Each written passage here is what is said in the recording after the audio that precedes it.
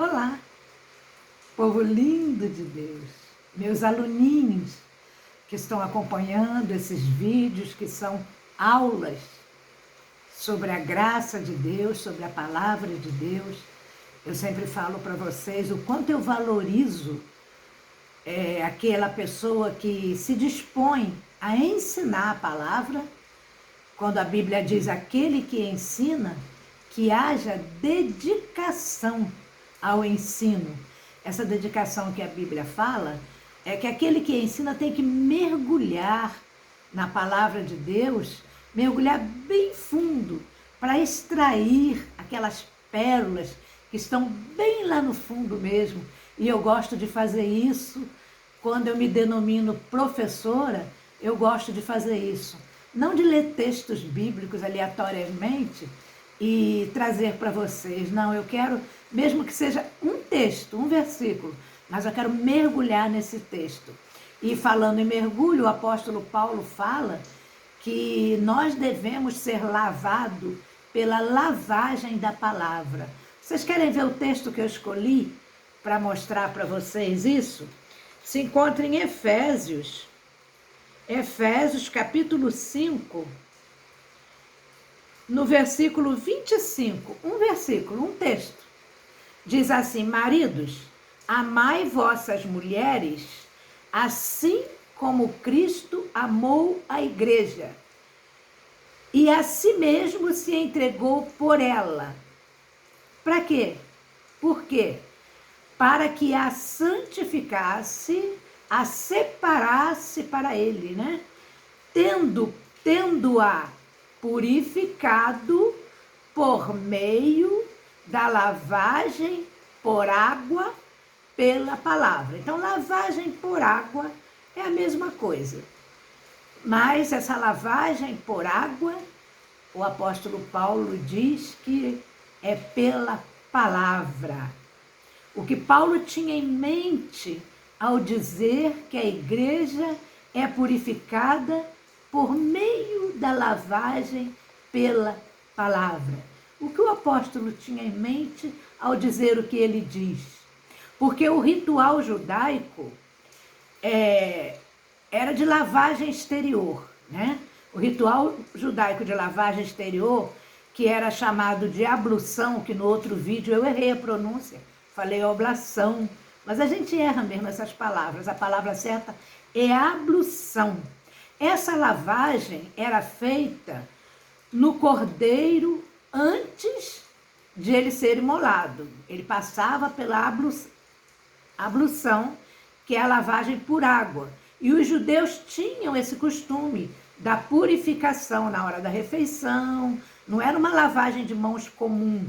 Eles tinham tantas vezes que lavar a água vinha até o cotovelo, voltava para a mão, e eles cobraram isso de Jesus, porque Jesus não fez a ablução na hora da refeição. Não é que Jesus não lavasse as mãos. Jesus não fez a cerimônia da purificação. Então, Paulo tinha missão como pregador da graça. Ele tinha como missão ensinar aqueles crentes que estavam na transição dos dois pactos, da lei para a graça, que agora a purificação deles não era mais uma purificação exterior, como Moisés ensinava. A purificação deles agora era pela lavagem da palavra. No versículo 8 de Hebreus, de 8 a 10, eu vou ler com vocês. Querendo com isto dar a entender o Espírito Santo, ele vem falando do assunto e diz, olha, com isso o Espírito Santo quer dar a entender que ainda o caminho do santo lugar não se manifestou. Ele vem falando dos sacerdotes, do trabalho dos sacerdotes, justamente dessas abluções que eu estou falando para vocês. Então ele diz, querendo com isto dar a entender o Espírito Santo, que ainda o caminho do santo lugar não se manifestou enquanto o primeiro tabernáculo continua erguido. Lembra que eu falo para vocês que Jesus Cristo morreu, o véu se rasgou, mas mesmo com o véu rasgado de alto a baixo, o templo continuava de pé Daí a graça não foi estabelecida totalmente, porque os judeus continuavam a oferecer todos os sacrifícios que eles ofereciam. Então, no 9 vai dizer assim: e isto, todos aqueles acontecimentos do Antigo Testamento, Paulo vai dizer, e isto é uma parábola para a época presente. Tudo aquilo que vocês leem no Antigo Testamento, na lei, é apenas uma parábola, sombra para a igreja de hoje. E segundo esta, se oferecem tanto dons, segundo essa parábola, se oferece tanto dons, que são as ofertas, como sacrifícios de animais pelo pecado e tal. Embora estes, no tocante à consciência, são ineficazes para perdoar aquele que presta culto. Meu irmão, aí tem essa pergunta, eu preciso falar mais, explicar mais, ou quer que eu desenhe? Todos aqueles sacrifícios, aqueles ritos, tudo que é matéria, tudo que exige matéria, tudo que exige carne, é ineficaz para purificar aquele que presta culto. Se você presta culto e usa de matéria, coisa que exige a tua carne, é ineficaz para purificar você. O versículo 10 de Hebreus: os quais não passam de ordenanças da carne, baseados em comidas e em bebidas. Que ordenança que é baseada em comida e em bebida que a igreja pratica? E diversas abluções, purificação pela água, impostas até o tempo oportuno da reforma. Em outra tradução, até o tempo oportuno da verdade. Essa prática era comum na igreja primitiva. Então, o apóstolo Paulo diz que até o tempo oportuno. Haveria um tempo que isso tudo terminaria por completo com a derrubada do templo de Jerusalém. Paulo está ensinando que Cristo lavou a sua igreja, não com águas batismais, seja no Rio Jordão ou em bacias batismais. Jesus lavou a sua igreja pela lavagem da palavra, que é o próprio Cristo, o Verbo de Deus. É lindo mergulhar nas Escrituras. Ai, como eu amo! A sabedoria da graça de Deus, meus queridos, não consiste em cerimoniais e regras. São ineficazes para a purificação daquele que cultua. Os judeus viviam presos ao manual que era a Torá. O Pentateuco era chamado de Escrituras. Pois bem, a igreja atual ainda não se libertou por completo desses rituais. Ainda se prendem às Escrituras, que é o Antigo Testamento, mas fazendo dela um manual religioso, o que é uma pena. Eu cresci, quando eu era menina, falava como menino, eu cresci dizendo, e isso é uma frase que as igrejas repetem até hoje, que a Bíblia é meu manual de fé e prática. Mas ao deixar de ser menina, eu alcancei o entendimento que eu preciso ler a Bíblia com muito entendimento, mas não fazer dela um manual religioso. E eu não, quando a pessoa recita a frase assim para você, olha, eu não faço isso porque a Bíblia diz para não fazer. A Bíblia já virou para essa pessoa um manual religioso. O nosso entendimento, querido, deve ser o que a graça de Cristo fez na nossa vida. E toda interpretação bíblica deve ter sua aplicação a partir do que Cristo me ensinou a fazer. Toda interpretação que eu faço da palavra, dos textos bíblicos, tem que ter Jesus como minha chave de interpretação. Do contrário, a Bíblia se torna um manual de religiosidade.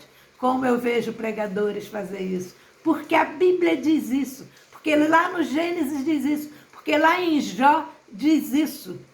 Porque Jó diz isso, lá em Jó diz isso, a igreja do Senhor Jesus tem que fazer? Não, tem que observar o que foi para Jó. Mas nós temos que viver segundo Jesus Cristo nos ensinou. Querem um exemplo? Paulo disse assim para a igreja de Corinto, vejam bem, as mulheres devem ficar caladas na igreja. Imagine isso hoje sendo obedecido literalmente, como manual, como regra de fé e prática. O que seria das igrejas? Porque você marca um estudo na igreja, a minoria de homens, quem tem interesse em aprender mesmo, são as mulheres. E elas ensinam, e ensinam mesmo. Então vejam, se nós fôssemos colocar isso em prática, sem olhar o contexto, sem colocar Cristo como chave de interpretação para o contexto bíblico, o que Cristo mandou as mulheres fazerem? O que ele disse para as mulheres? Ide e dizei. Não fiquem caladas. Olha bem, não fiquem caladas. Ao contrário de Paulo. Por que Paulo disse isso? Paulo estava escrevendo para uma igreja num contexto em que as mulheres não estavam capacitadas para falarem. Elas só faziam confusão. As mulheres no templo de Jerusalém só entravam os homens no templo. As mulheres ficavam no pátio. Imagine mulheres no pátio o que conversavam. A igreja foi formada nesse contexto. As mulheres não estavam preparadas. Elas estavam fazendo confusão, criando grupos. Então o apóstolo diz, as mulheres na igreja, fiquem caladas. Perguntem a seus maridos. Ai de nós se fôssemos perguntar aos nossos maridos, hein? Então nós olhamos para o Cristo. E o que Cristo falou sobre isso? Ele disse, vai e dize, abre a boca, fala, abre o bocão mesmo e fala do que você tem aprendido. E aquelas mulheres obedeceram, nós sabemos disso. E o que aconteceu com os homens? Não acreditaram no que elas falaram. Eles tiveram que ir e ver com seus próprios olhos, o que eu também não critico. Porque eu acho bom quando a pessoa faz questão de ter a sua própria experiência. Eles quiseram ter sua própria experiência, mas elas foram e contaram. Vejam bem, o apóstolo Paulo, ao escrever suas cartas, meus queridos, ele nem sabia que essas cartas iam ficar sendo usadas como manual nas igrejas. Ele estava escrevendo para aquela igreja. Essa palavra foi para a igreja de Corinto. No caso dos coríntios, uma igreja confusa, que precisava dessa norma. Então, nós precisamos fazer uma interpretação bíblica atualizada? Sim. Quando se fala em atualizar a Bíblia, não é ir lá e reescrever a Bíblia. Isso é uma imbecilidade de quem fala isso, de quem pensa isso. É atualizar a Bíblia na nossa interpretação, trazer para os dias de hoje. O que Paulo queria dizer naquela época, como nós podemos aplicar nos dias de hoje? Lembre-se, usando Jesus, o Cristo, como interpretação, como chave de interpretação. Então, as verdades da carta de Paulo são para serem usadas como inspiração para dar vida. São para serem lições cravadas nos corações e não ficarem apenas na letra. Se fosse para ficar na letra, o versículo que eu citei acima era para ser cumprido, como regra de fé e prática. 2 Coríntios 3:2, agora aqueles coríntios, depois de receberem a primeira carta, na segunda, eles se corrigiram, e na segunda carta, Paulo diz para eles assim, ó, vós sois a nossa carta, escrita em nosso coração. Que coisa linda você saber que você é uma carta, escrita no coração de alguém. Que coisa maravilhosa. Nós temos sido, irmãos, cartas escritas no coração de alguém, e ele completa, conhecida e lida por todos os homens. Ao olharem para Paulo, todos viam que ele tinha feito aquele ministério maravilhoso na igreja de Corinto, tinha exortado aqueles irmãos, e eles tinham então voltado à origem, né? Ao primeiro amor que Paulo tinha ensinado. E hoje eles eram chamados de cartas vivas pelo apóstolo Paulo. Olha o que diz o versículo 3 ainda de Coríntios. Estando já manifestos como cartas de Cristo, produzida pelo nosso ministério. Ah, querido, se o meu ensino chegar no coração de vocês e puder fazer a diferença, esse meu ministério do ensino terá valido tanto que vocês nem imaginam. Estando já manifestos como cartas de Cristo, produzida pelo nosso ministério, escrita não com tinta, mas pelo Espírito do Deus vivente, cartas vivas, não em tábuas de pedra, que era a lei, mas em tábuas de carne, isto é, o apóstolo Paulo ainda explica, em nossos corações. Irmãos, nós precisamos ser letras vivas, sim. Precisamos ser letras vivas, sim. Ed Renekiewicz, que foi crucificado por falar que a Bíblia precisa ser atualizada nos nossos corações. Não letras mortas, apenas escritas lá, mas que elas possam tornar vida quando nós a estudamos sobre a orientação, sobre a égide do Espírito Santo de Deus. E não apenas com o desejo de aparecer, de fazer pregações, de usar títulos, mas com o desejo de ensinar o que realmente a Bíblia diz quando ela diz. Essa é a carta, escrita não em manual religioso, mas cartas que iriam mostrar com suas vidas o que Cristo fez por eles. Foi o que Paulo escreveu àqueles crentes de Corinto.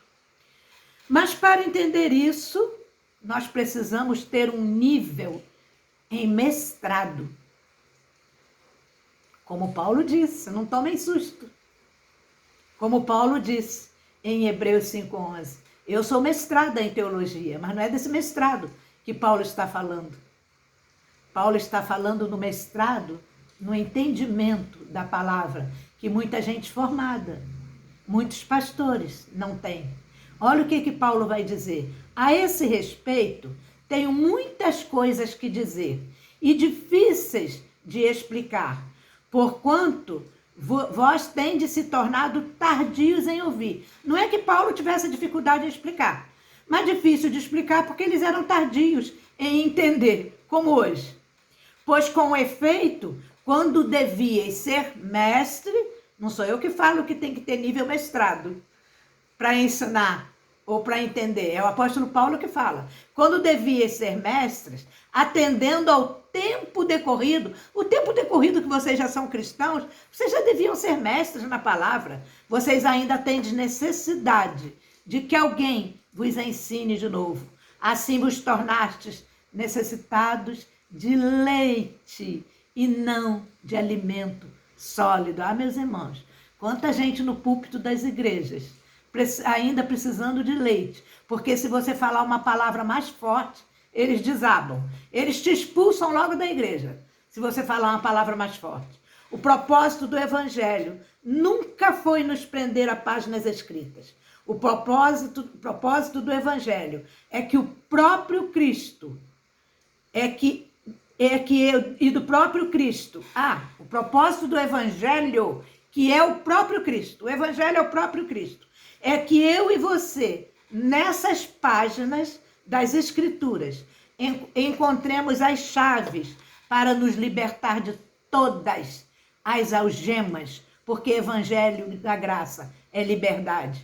Algemas do medo, algemas da superstição, algemas do misticismo.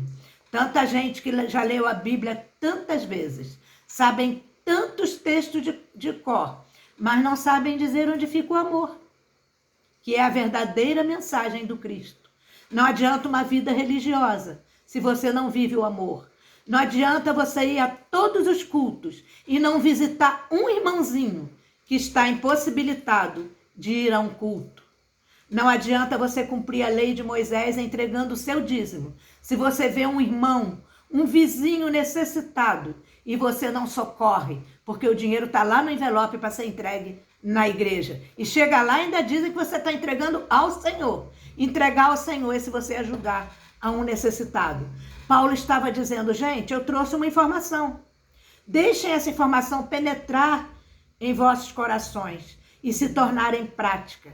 Porque a Bíblia foi escrita, meus irmãos, por homens inspirados pelo Espírito Santo de Deus. Mas nós fomos cartas escritas pelo próprio Espírito de Deus. Esse Espírito traz luz para a vida e não há trevas que possa apagar essa luz. Mas, infelizmente, o verdadeiro propósito do Evangelho ainda não foi gerado. Ainda precisam de oração pastoral, ainda precisam de cultos místicos, com amuletos e tal. Se nas reuniões não tiver algo palpável, se não tiver matéria, não aparece ninguém. O que nós vamos fazer para atrair pessoas? Vamos entregar uma lembrancinha tal. O evangelho ainda não foi gerado. Ninguém vai por sede da palavra na igreja. Ninguém vai aos cultos. Ninguém vai às reuniões. Na igreja, não. Esqueça o que eu falei. Por sede da palavra ou por necessidade de ter comunhão uns com os outros. Vão lá porque algo foi prometido. A palavra ainda é apenas letras mortas no coração dessas pessoas. Ainda não foi gerada. Olha bem, a palavra de Deus diz assim, eu ouço as orações. Deus ouve as orações. Jesus disse, entra no teu quarto, ora em secreto, teu pai que vem em secreto te recompensará. Mas a igreja diz que se você não for ao culto, você não terá a sua resposta, porque a sua bênção está lá.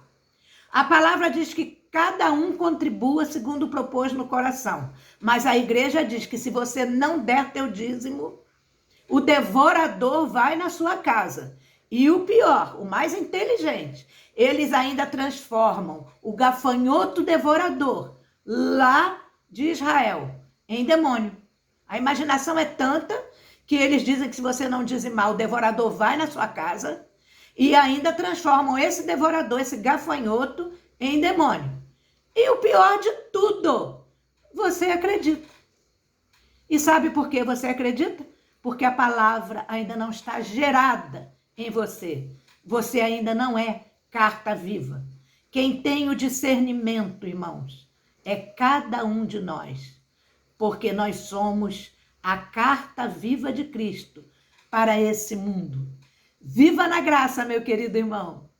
Viva na graça. O vídeo ficou maior, mas eu sei que você aprendeu bastante. Não ouça apenas uma vez, ouça várias vezes. Vá lá no YouTube, deixe seu joinha lá, vá naquela mãozinha que está assim e dê um cliquezinho para que o vídeo se torne relevante para ficar no YouTube. Que Deus te abençoe. Viva na graça, graça sobre graça. Amém.